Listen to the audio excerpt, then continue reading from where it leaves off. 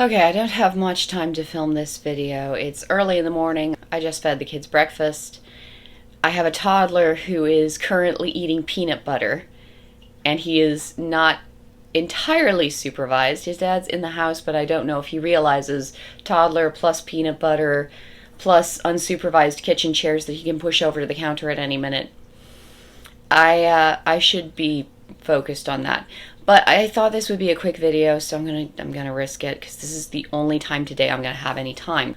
I wanted to talk about non-binary, gender fluid, people outside of the gender binary, and autoandrophilia, because I've encountered enough people at this point who assume that autoandrophilia is the same thing as non-binary, gender fluid, two-spirit, whatever all that stuff is.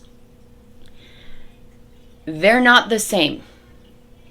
And I kind of need to specify that because a lot of people can't tell the difference. And it makes perfect sense why they can't tell the difference. They hear some sort of weird vocab word that they've never ever heard before, like autoandrophilia, and it sounds like gender fluid or non-binary or agender or any of these other things. And so they're like, well, it sounds like it. Name checks out, must be the same thing. Absolutely not the same thing. Okay, so with non-binary, and I've seen so many clips lately of this, it's been coming up on my feed a lot, so I'm watching this. There are these people who are like, well, I'm non-binary, which means I'm transgender, and I don't believe that I should exist within the gender binary. And a lot of people don't even know what the gender binary is, because who knows about that? It's the idea of there are men and there are women. And most transgender people, they kind of exist within the gender binary. They're like, okay, I'm a man, but I want to become a woman, and so I'm going to take hormones, do surgeries, try to wear makeup, and make myself look like a woman. A non-binary person is like, well, I don't want to be trapped by these labels of man and woman. It's too restrictive for me. I don't like it. And so I'm just going to not live within that. And these are the people who tend to also pick out their own pronouns. Either they use they, them, or they come up with creative pronouns of their very own. So that's a whole thing. That's a whole thing that's going on over there. Then you've got autoandrophiles and autogynephiles. Not the same category. I am an autoandrophile. My entire life, like all of my sexual experiences, like everything, has been colored by the fact that I am a biological woman. That's part of being an autoandrophile. You can't be an autoandrophile if you're not a biological woman. Biological woman. Wishes she was a man. Now, people call me delusional because they look at a lot of the non-binary, two-spirit, gender fluid, whatever, and they say, those people must be crazy because I don't understand it. If I don't understand it, must mean that those people are crazy, so they look at me and they say, you're crazy or delusional. And I'm like, you don't know enough about me to know this, but whatever. I understand that I am biologically female. I am keenly aware of that fact. In fact, it causes a certain degree of upset for me that I am biologically female and that I can't escape the fact that I'm biologically female. So there's no illusions that I am not 100% biologically female. However, I wish that I could be a man. I want to be a man. And I have wanted this my whole life. And so I was trying to make a video the other day, and I was talking about like being 21 and sitting in a bar and watching two guys about my age, and they were joking back and forth with each other in ways that only men can joke with each other. And women just can't get away with that kind of joking. There's just a very specific, very subtle variance there that women can't do. And it was so beautiful. And I remember just sitting there on the bar, just staring at these guys like, that is so beautiful. And what you're doing is so beautiful. And the way you guys are parrying back and forth with each other is so beautiful. And I wish I could do that. And I can't. And I know I can't. Because I understand it wouldn't work the same if I tried it, because I'm not a man. And so it's kind of like being an autoandrophile, it's like being Pinocchio and wishing you could be a real boy, but you also know that no matter how many fairies you imagine up in your dreams, you're still made out of wood, and real boys aren't made out of wood. That's where I'm at. That's what an autoandrophile is. Now, there are plenty of autoandrophiles who say, you know what? I'm going to do it. I'm going to go for it. I'm going to go and transition and become a transgender man. And that's cool. That is how a lot of people end up transitioning and becoming fully, transgender in the very classical sense of the word. But they're not non-binary. They're not, I sort of feel like I should be a girl. I sort of feel like I should be a boy. It sort of changes depending on the day. That's not what that is. Autoandrophilia, it's very fixed. It doesn't change. This is something that's been with me my entire life, and it's something that's probably going to follow me all the way to the day I die. This is just an aspect of my, probably my sexuality, but it does bleed outward into my personality. I like doing tomboy things. I tried to explain it to one person as, just imagine me as a tomboy on steroids. So other tomboys, they like to do the guy stuff and kind of hang out with the guys and sort of be one of the guys socially. Me, I want to do the tomboy stuff and hang out with the guys. And when I want to be one of the guys, I actually want to be one of the guys. Okay? That's the difference between like a tomboy and autoandrophile. Very, very similar. If you don't know the sexual side of it and how many people are going to be that open about that intimate level of their sexuality, you really can't tell the difference between an autoandrophile and a tomboy. You can kind of take that and be like, hey, if a person is a woman and they want to be a man and they have a romantic or sexual desire to be a man, what does that make them? Well, that makes them an autoandrophile. There is none of this fluidity or I want to escape definitions or I just feel that I shouldn't have to live within a binary of male and female. There's none of that. If you're an autoandrophile, it's there. It's been there your whole life. It's going to be there your whole life. On some level or another, you can kind of do things to sort of kind of feed that part of yourself so it's not gnawing away in the back of your mind, but it's always going to be there. It's always going to be a part of who you are. And there's nothing wrong with that as long as you're living that part of who you are in healthy ways. Now, why am I talking about it then? Because, why would I be talking about it if it's perfectly normal, perfectly all right, maybe not normal? I don't know what percentage of people are actually autoandrophiles or autogynephiles, but it's a common enough thing that they have a term for it. And that term isn't something that some gender studies professor with purple hair wrote into one of her books when she was trying to think up creative names for, let's just break apart the idea of gender. This is something that's been observed in gender clinics by professionals who were giving clinical care to transgender individuals.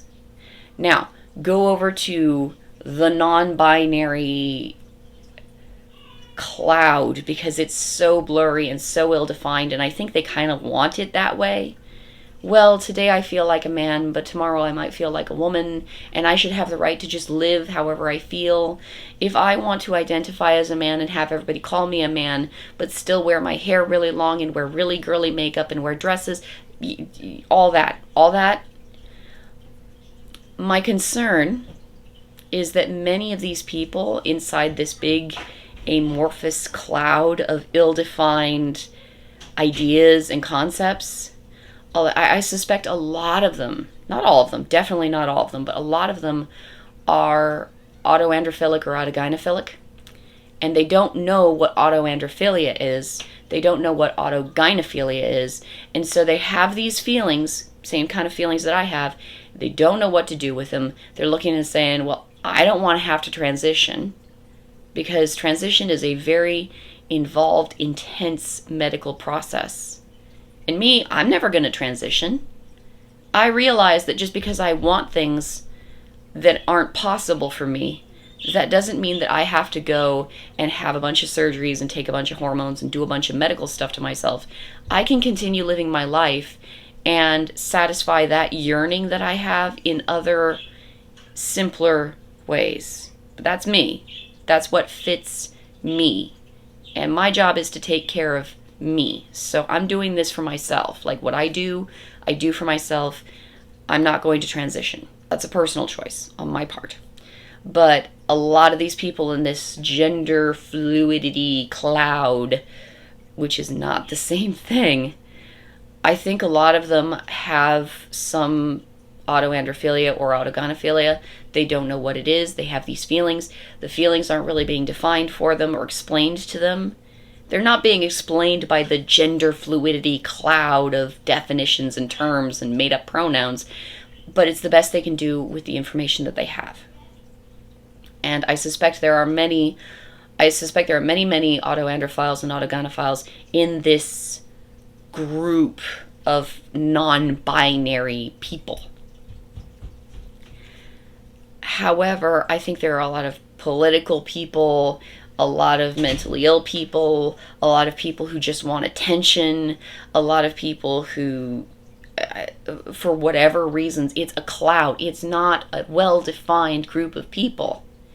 In fact, it's so ill-defined that even to this day, despite trying for a very, very long time, I still can't wrap my head around what it is that they claim to be. There is no clear definition, and the point is that there is no clear definition. It is not the same thing as autogynephilia. It is not the same thing as autoandrophilia. And you can argue that autogynephilia and autoandrophilia are outdated terms or whatever.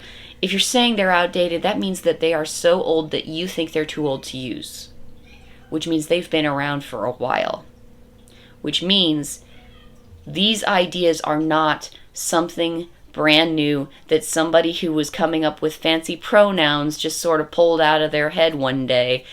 These things have been around. They have been observed and documented for a really long time. It's not the same thing. It's not the same thing. So, I mean, I know that I'm going to have people calling me delusional, and the people who call me delusional, they assume that I'm in the non-binary cloud. And I also have people calling me a disgusting fetishist. Yes, they call me that, because there is a sexual element to autoandrophilia. And I kind of don't care anymore. Like, I was anxious about that. I was worried about how I would be perceived when I came out and said, this is a piece of my sexuality, and I feel like it's important that people should be talking about it, so I'm going to talk about it. I was very anxious about that, and by this point, I'm just over it. I don't care. If you think I'm a disgusting fetishist, you haven't seen what my bedroom's like when I'm doing things in it. You don't know. I'm not going to lie, I am very anxious talking to my gay male friends about this part of my life, because I am genuinely terrified that they're going to think that I'm fetishizing them, or that I'm looking at them in a sexual way, or, God only knows what. And honestly, I need to get over myself, because that's not what I'm doing. And so stressing about it doesn't help anyone. But again, it's solid. It's a very clear, defined concept. Non-binary is not at all well defined, which is why I object to it a lot. I look at it and it's like, we need definitions for words so that we can all communicate. Language exists so that people can use it to communicate ideas back and forth. You want to break down everything. You want to break down gender. You want to break down definitions of words. You want to break down language. That's a cute idea in theory, but in practice, you're confusing. Frequently, you are annoying. You're demanding things that people should not in any way feel obligated to give you.